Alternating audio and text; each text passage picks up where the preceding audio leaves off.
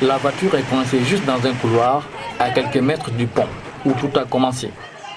Un constat qui laisse à imaginer la scène. Mais cet élève était là quand tout a commencé. Pour que personne ne passe, il y avait un vieux déjà, lui, il avait 2 enfants plus une dame qui a joué la tête dure, puis il a traversé.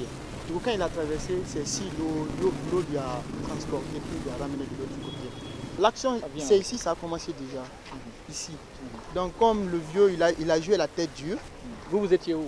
Bon, moi j'étais avec mon ami, on était juste arrêtés de l'autre côté. Après, comme le monsieur il a joué la tête dure, il est venu juste ici. Donc d'ici maintenant, l'eau maintenant lui a transporté de l'autre côté. Selon cette dame, ce n'est pas la première fois que ce genre de drame se produit au niveau du pont. Mais en parlant du cas présent, elle apporte des précisions. Il y avait une dame enceinte qui était à bord du véhicule. C'est elle qui a décidé de sortir en première.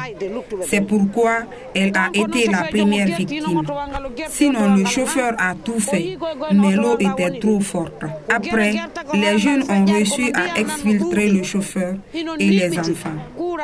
Quant à la femme enceinte, c'est seulement son foulard qu'on a trouvé accroché sur la portière du véhicule.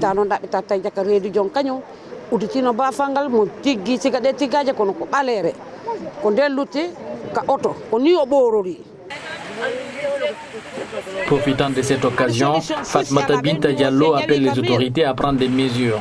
Pour elle, le risque ne se limite pas seulement au niveau des passants.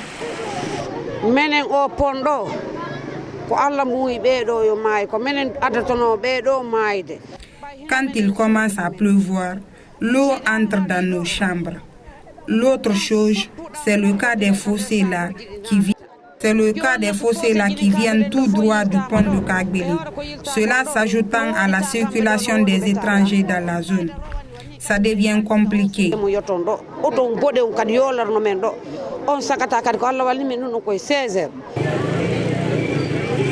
Le chauffeur, quant à lui, s'en est sorti vivant.